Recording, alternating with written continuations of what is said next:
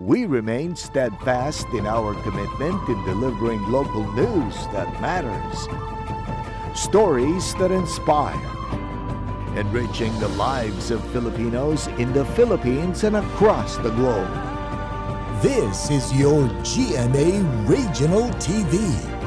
Buong puso para sa Pilipino. 2 million pesos na kantidad nin shabu nasamsam sa ikinasang operasyon kan mga otoridad sa Naga City. Duwang linemen sa Pilar Sorsogon na kuryente, saro, gadan.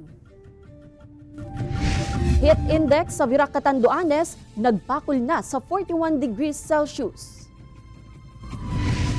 Asin, nagkapirang Kapuso Stars asin personalities pigtawanin bituon sa Eastwood City Walk of Fame.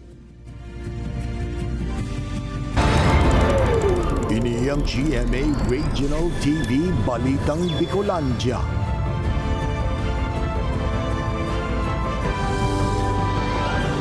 Diyos marhay na hapon mga kapuso, unina ang Balitang Bicolandia.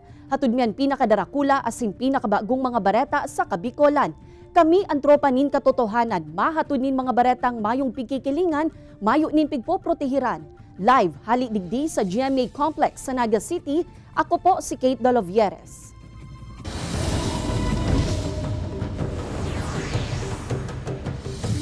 Presyo kan kada kilo kan karning urig sa Naga City People's Mall, nagkakawat ng ngunyan sa 340 pesos per kilo. Mantang presyo nin karning baka, nasa 420 pesos per kilo na ngunyan. Mga paratienda, agrangay man giraray an malaymay na bentahan kay ni huli sa Kwaresma. Uyan report ni Chris Novelo.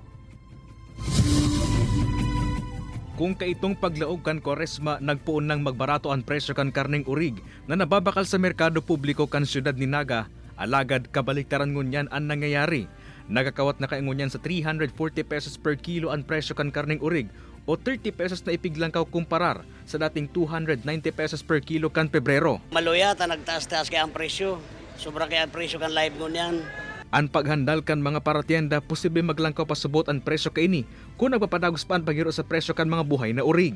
Susog sa Department of Agriculture Bicol, nasa 190 pesos per kilo na kay angunyan ang presyo kan live weight nin urig sa Camarines Sur. Nakakawat man sa 180 pesos per kilo ang presyo kan live weight sa Masbate asin Sorsogon, mantang 170 pesos per kilo man sa mga probinsya kan Albay, Camarines Norte asin Catanduanes. May mga lugar pa kaya sa rehiyon na may African swine fever na nagreresulta sa limitasyon sa pagtransportar kan mga urig. Siguro dahil doon sa may mga ASF sa ibang lugar, araw kang sa Cam Norte and sa Masbate, medyo siyempre limited yung mobility, yung pagtransport ng mga urig. Pero paminsan-minsan na lang, bako na itong pagaro halos permi, grabe na mahal. Apuera kan karning urig, nagmahal man ang presyo kan kada kilo ning karning baka.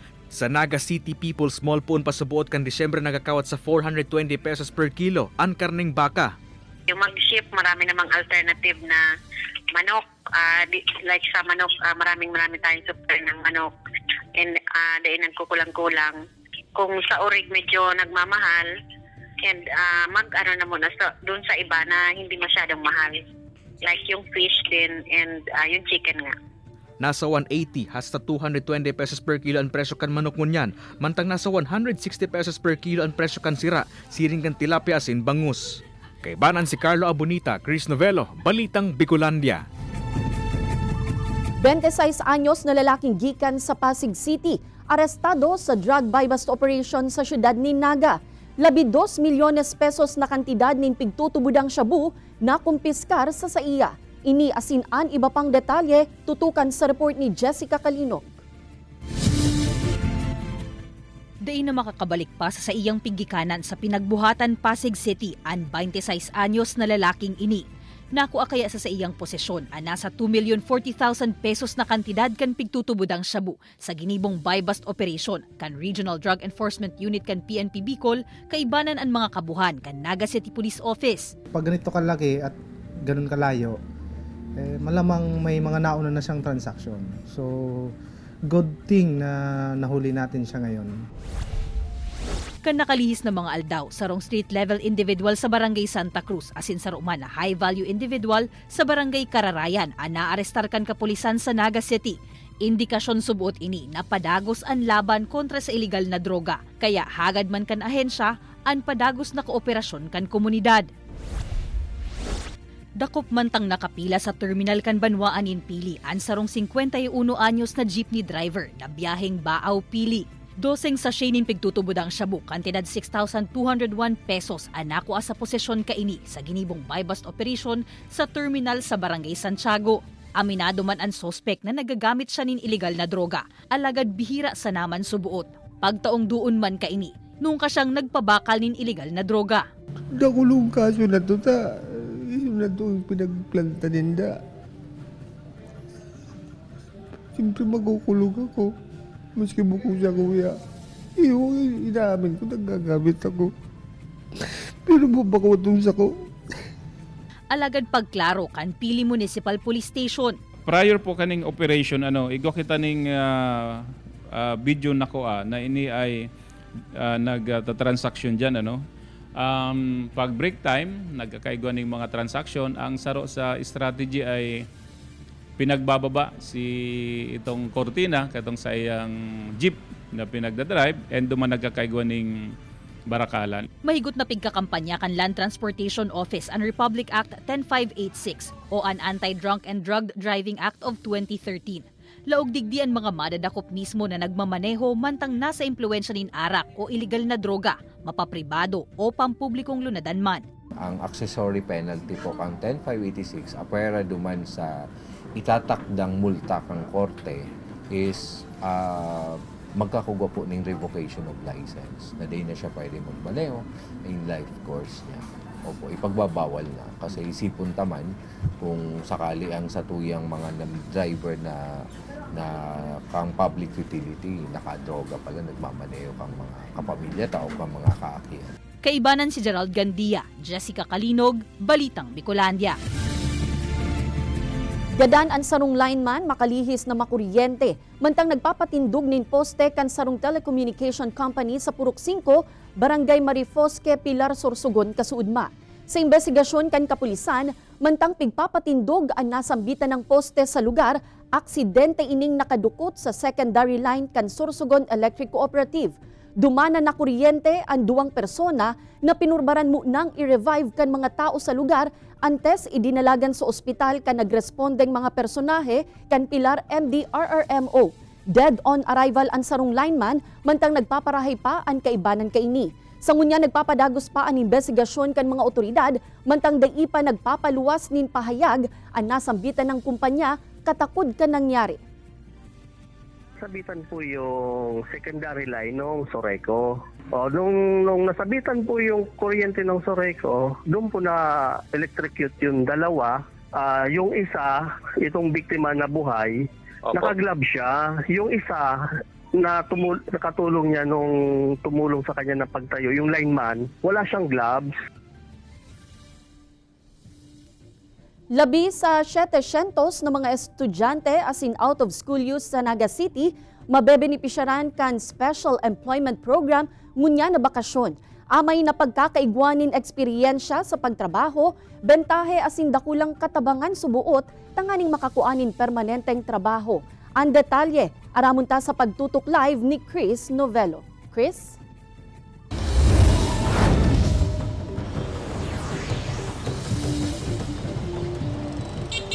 Kate, napapadagos na pag-ako ng aplikasyon kan Metro Peso duman para sa Summer Employment Program kan syudad para duman sa mga estudyante at mga out-of-school youth na maut magkatrabaho ngunya na maabot ang bakasyon.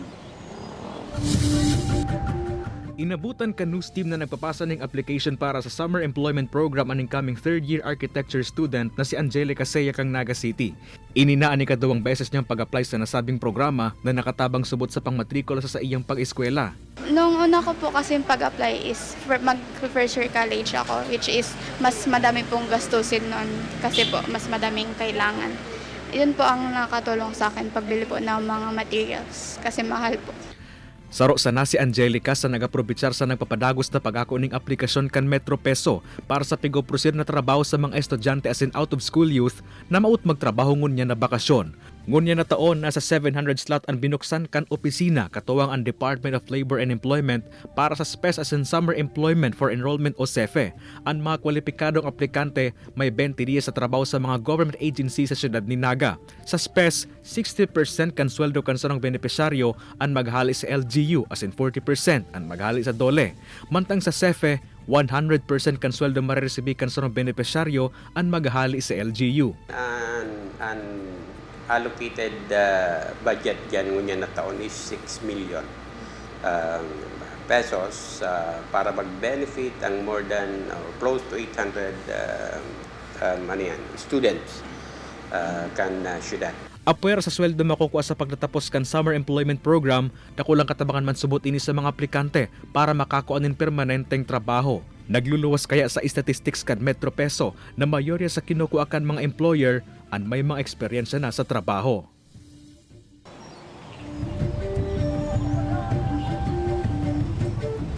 Kate pigdalao man kan opisin na mas bang madakol ang aplikanteng masumitir ning aplikasyon. 11,800 pesos ang posibleng maresibing sweldo kan mga SPES beneficiary, mantang 7,900 pesos ang pwedeng maresibing na sweldo kan mga SEFE beneficiary. Kate? Jos Mabalos, Chris. Sa Bicol po kung ang apod sa ama, padre de pamilya, ano man ang apod sa ina? Ano mga apod kayan? Lingaw pati. Ilaw ng tahanan. Madre.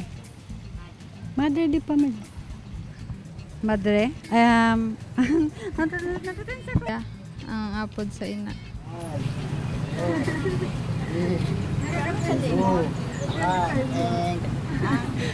Ilaw ng tahanan? Kuyan, ilaw ng tahanan, iba ka? Ako yan, itong tawag dito. Mama.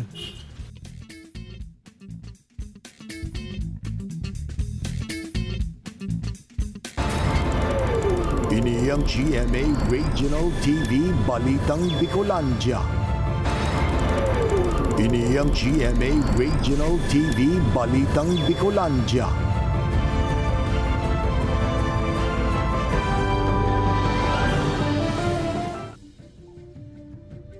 Nasa 11 barangay sa Naga City, identipikado kan BFP Naga City Central Fire Station na high risk sa kasulo. 27 barangay sa syudad, kumusta kaya ang compliance sa pagkakaigwa ng Community Fire Auxiliary Group? Aramon tayan sa espesyal na istorya ni Chris Novello.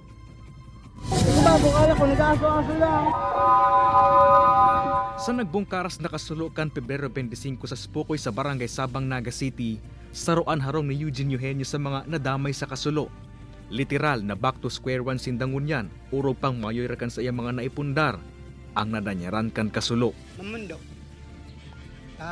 kadal pang mga gamit ni, yung electric pan, sarong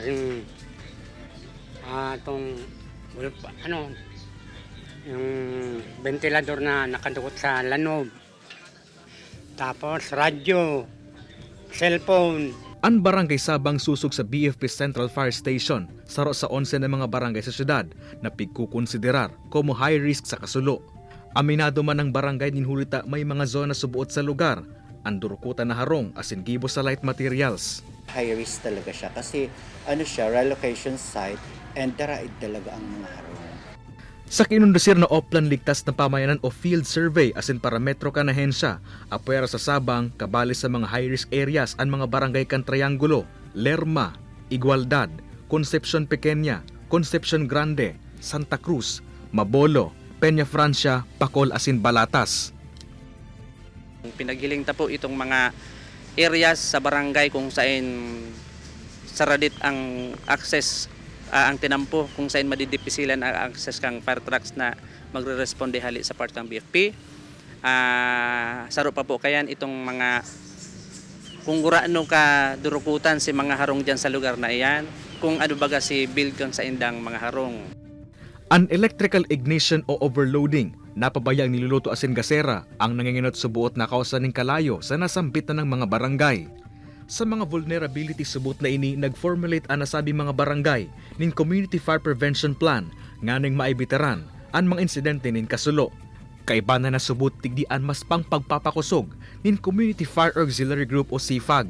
Compliant man subot ang 27 barangay sa syudad sa pagkakaigwa ng CFAG na pigsa sa ilarom sa maninigong training kan BFP.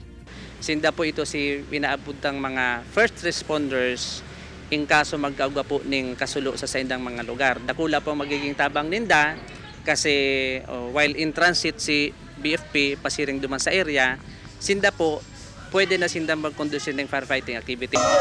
Apwera kan mga CFAG, maut man na mapakusugpakan BFP Naga ang involvement kan enterong komunidad sa maygot na kampanya sa paglikay sa kasulo bako sa natuyong Fire Prevention Month. Nagpagirom duman ini sa mga barangay na daikabali sa high-risk areas na daimagin kampante, inhulitaan kasulo, bakong siring kan bagyo na may forecast kung nuarin mangyayari. Kay baran si Carlo Abonita, Chris Novelo, Balitang Bicolandia. Gadan ang sarong 66 anyos na barangay Kagawad, makalihis na atakihon nin saksak kan sa iyang kataid harong sa barangay Sabang, Legazpi City. Sa report kan kapulisan, nasa laog kan sa iyang harong ang biktima kan magtuktok ang 44 anyos na lalaking sospek. Pagdulo kan biktima sa pintuan, dumana pinagsasaksak kan sospek ang opisyal. Pinurbaran pa man kuta ng magdulag kan sospek, alagad na dakupman giraray ini kan nagrespondeng mga otoridad. Sa ngunyan, dai pa subuot makaulay nin tultul ang sospek na basado sa record kan barangay saro ini sa mga drug surrendery sa lugar. Nagpapadagos man ang investigasyon kan mga otoridad para maaraman ang motibo sa krimen. Itong aldaw na ito, pirang minuto na, nagbayad pa sa tindagang utang. Binaulan nga 1,000 daan, 1,800 utang. Kaya nasa marin na kaisipan. Tuman sa statement ni nanay po si nagtao po baga kang kang kutsilyo sa kapulisan ta, nabigla po sindang maray sa pangyayari. Ini po alos magkataid lang ang arong.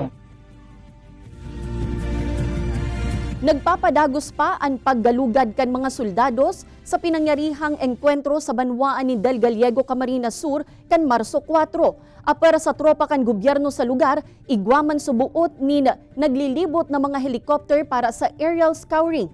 Isinabay naman digdi ang pagdistribuir nin leaflets dapit sa Enhanced Comprehensive Local Integration Program kan gobyerno. Nakapalaog sa leaflet ang pag-ankaminar sa mga rebelde na magbalik loob na sa gobyerno asin ang mga pwedeng ranihan o apudan na opisina para digdi. Sigun sa 9th Infantry Division kan Philippine Army, yan ang rason kung taano ta may mga nagbabalik-balik na mga helicopters sa lugar. Pinahimutikan man kan ahensya ang mga espekulasyon na may mga nalugadan o nagadan sa tropa kan gobyerno. Mayo man daanin panibagong enkwentro na nairehistro sa lugar. Mga produktong gibo kan mga kababaihan sa Pili, Camarines Sur, tampok sa trade fair kan LGU Pili. Oportunidad na makapaghanap buhay, pig-opresir man sa 120 kababaihan sa Nabwa, Camarines Sur. Uyan istorya ni Jessica Kalinog. OFW ang agum ni Rachel. Alagad mauot niya man na makatabang sa pagtustos kan mga pangangaipukan sa indang pamilya. Kaya sa pag-opresir kan TESDA asin kan kapulisan nin enhancement training sa paggibo nin lumpia asin siomay, day na siya nagduwa-duwa pang magpartisipar digdi. Plano niya man daan nagibuhon ining dagdag na negosyo. Ngayon mahirap po talaga ang sa panahon ngayon kung aasa lang tayo sa ating mga asawa. Minsan po baga ay kinakapos tayo sa buhay, mataas na yung mga bilihin. So kailangan umisip din tayo ng paraan kung paano tayo talaga kikita, ma'am. Oportunidad na makahanap buhay ang hurot na maitaokan kapulisan na nagkukuanin Public Safety Junior Leadership Course. Basado naman ini sa pangangaipukan komunidad. 120 kababaihan gikan sa 5 barangay kan banwaan ni Nabwa ang naging benepisyaryo kaini. Nag-coordinate kami sa TESDA para at least maliban sa mga na nakukuha ninda sa 4Ps, at least matutusin da mismo na mag-create kang sadiri nindang small business ba.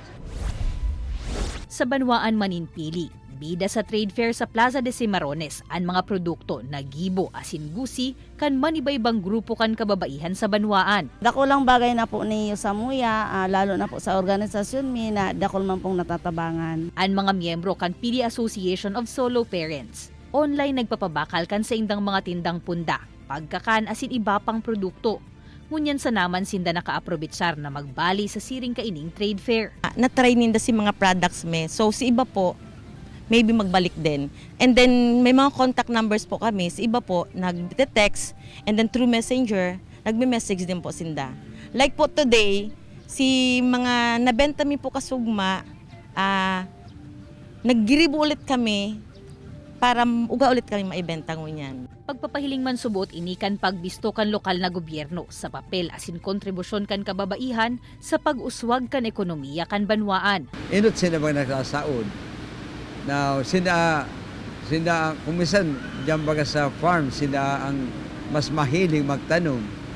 Mga prutas na yan, mga gulay, sila ang mas mahilig kasi sa lalaki. So natatabangan ta sila. Apwera sa trade fair, igwamanin iba pang aktibidad asin livelihood training na pig-opresir sa mga pilenyong kababaihan. Kaibanan si Carlo Abonita asin Gerald Gandia, Jessica Kalinog, Balitang Bicolandia. Pirang kapuso stars asin personalities pigtawanin bituon sa 18th edition kan Eastwood City Walk of Fame ceremony. Uya ang report.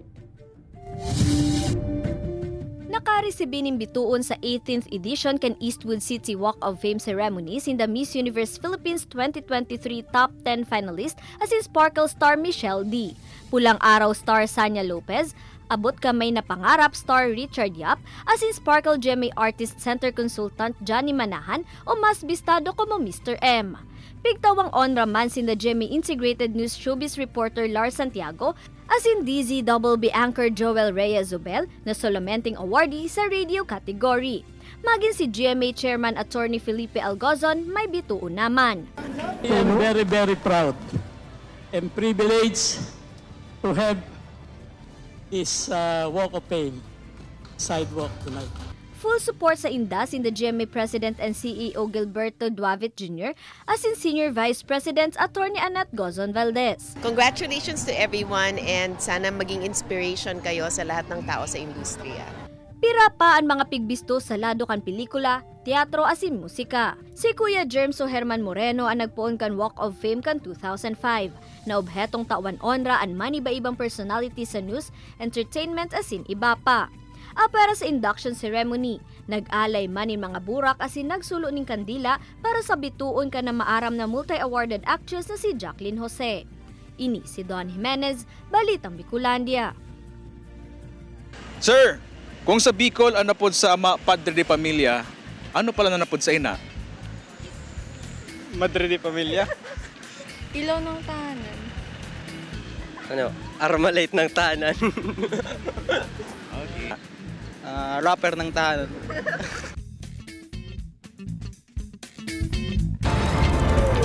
Ini ang GMA Regional TV Balitang Bicolandia. Ini ang GMA Regional TV Balitang Bicolandia.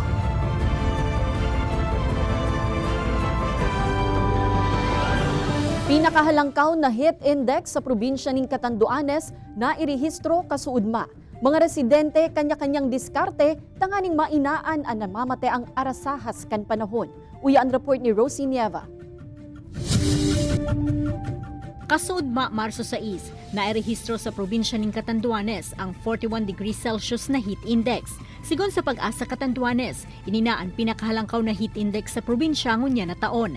Alagad hulitan nagtitinir pa ang amihan, kaya namamatean pa ang malipot na duros tuyong banggi. Yung El Nino na existing na ngunyan, na ngayon patuloy pa po, inaasahan pa po na patuloy pa po itong magkakaroon tayo ng maiinit na panahon habang itong buwan ng March, ito po March, April, May, ito po ang expected ng Pag-asa.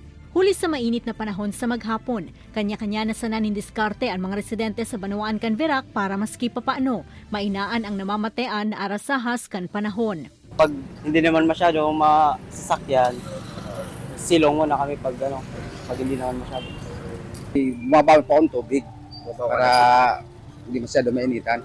Ay kung gustin po sir, kaya pa po, kaya lang medyo talagang mainit na grabe. Katakod kay ini nagpagirumduman ang mga health experts sa publiko na mag-ingat sa mga panahon na ini, nganing malikayan ang mga helang na kadalasang namamatean tuyong mainit ang panahon. Yun na yung tinatawag na heat stroke.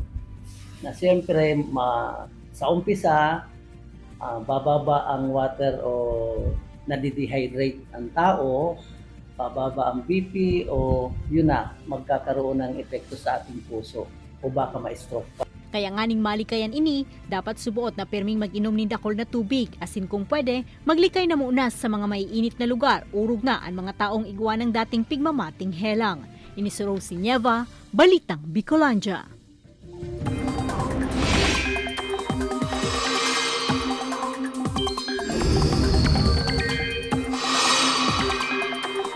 Mga kapuso, nagbalik po ang huyop kan amihan. Alagad maluyan na sanayan kumparar ka nakalihis na semana. Sa may extreme northern Luzon na sana ini nakakaabot ngunyan.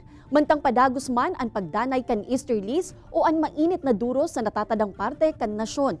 Basado sa datos kan Metro Weather, hababa ang tsansa ninuran sa Bicol Region. Asin posibleng maging mainit asin maarasaha saan panahon, kaya ipreparar po nindo ang sa indong mga pangayab mga kapuso. Sa ditman ang posibilidad, ang uran sa natatadang parte kan nasyon, alagad maging andam pa and kasong magkaigwanin localized thunderstorms.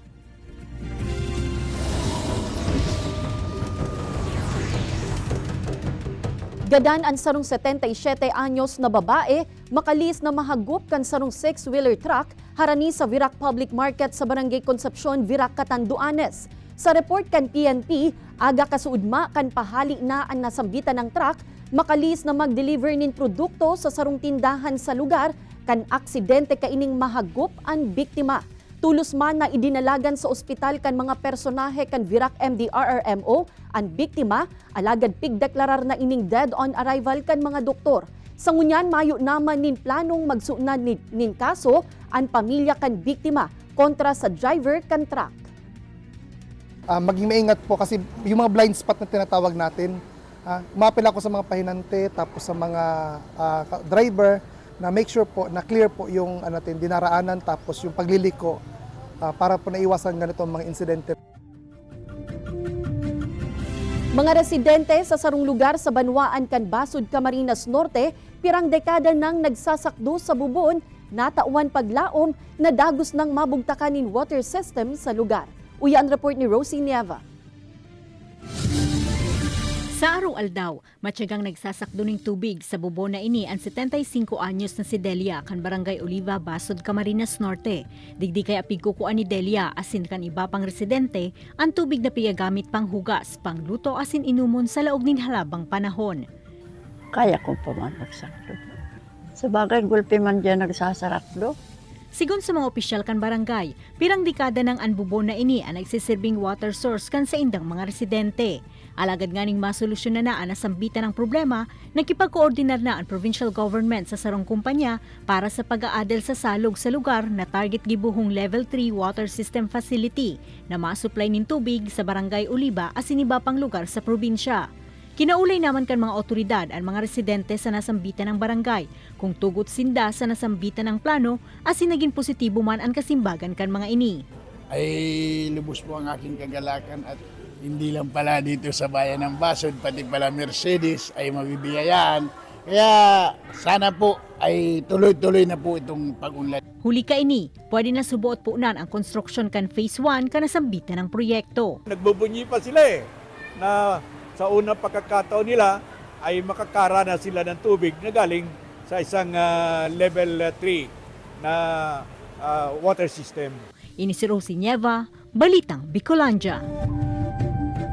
Paglipat sa bagong market building kan mga may karinderya sa Ocampo, Camarines Sur, nakatabang subuot na mapamarhay ang sa indang dilihensya. Uyan report ni Jessica Calinog. Malinig, mahewas, mas organisado. Iniyan sitwasyon sa ground floor kan bagong bukas na market building sa Banwaanin Ocampo, Camarines Sur. Pebrero 23 kan maglipat na digdian nasa 8 karinderya asin stall owners. Nari sa daangani ni May na mas nagdakulman ang sa indang parabakal kumparar kan sa luwas pasinda nakapwesto. Parang si gabos ng mga customer mas naging komportable siya kasi sa luwas baga medyo mainit. So at least igdi mas kaaya-aya na siya sa mga tao. Pigmawot kan lokal na gobyerno kan Ocampo na magkaigwanin bagong market building. Nganing mailipat na digdian mga kakanan, food carts, asin shops, siring kan repair shop sa second floor. Lalaagan man ininintulay na makonektar sa nasa likod na edifisyo para sa dry goods section na mas magiging kumbinyente man sa mga parabakal. Ang Maritatas po, nasa process na po kasi ma-relocation man kita. Kasi iyan pong area dyan sa Maritatas, i-relocate mi iyan sa Ibong. Kasi ini pong bagong ining natitindugan ngunyan kang Maritatas, medyo masamok pa siya. Kasi itong building pong PON-EDN building na medyo nakabalagbag po dyan, gagabaon na po yan. Kasi para ma-open, ang target po dyan ni Mayor, Plano Tadigdi, malag po ning mini park para mas magayon man po ning hilingon. Sa lilipatan kan mga Maritatas, uniform sizes na o pararehong sukol kan pwesto ang 40 mga paramaritatas sa banwaan, magayundaan katuyuhan na ini. Alagad may pagduwa-duwa digdian pirang mga haloy ng paratsenda sa lugar. Dakulang adjustment sa bulto kan sa indang supply. Nahahandal sinda na magdikit man ang sa indang dilihensya. Garo, mas masakit sa muya. Minsan, kada ko min paninda, sa mira laag. O kuta, bago sila maglaog, inano muna ninda, bago sila maglaog ng baguhan, inano muna ninda sa mga datihan kung okay. Oo, kasi mas dakulang pag nag-aarabutan ng mga panindami, pag nagbabaragsakan idi, mas dakulang panindami. Paliwanag man kan manhamiento kan merkado publiko, patas na oportunidad para sa gabos an maut ninda sa pag-relocate kan mga paratsenda, asin pigihiling man na an mga pagbabago na pigi-implementar kan LGU. An mga paratsenda man sanaan mabenepisyo pag-abot kan panahon. Kaibanan si Gerald Gandia, Jessica Kalinog, Balitang Bicolandia. Madadalan ang episode na ini asin iba pang pinakahuring lokal na bareta sa official website kan GMA Regional TV, www.gmaregionaltv.com. Pwede man kamong magbisita sa sumuyang official YouTube channel, GMA Regional TV, asin i-click ang subscribe button para sa pinakamaiinit na bareta hala sa man iba-ibang rehiyon. Mabalos sa mga kapusong Bicolanong nagantabay, maging sa mga kapuso nyato abroad. Ninhulita sa GMA Regional TV, Local News Matters. Asin yan ang pinakadakula asin mainit na bareta sa Kabicolan. Ako si Kate Dalovieres, kami ang GMA Regional TV Balitang Bicolandia, bilog na puwersa para sa mas dakulang misyon asin mas mahiwas na pagserbi sa nasyon.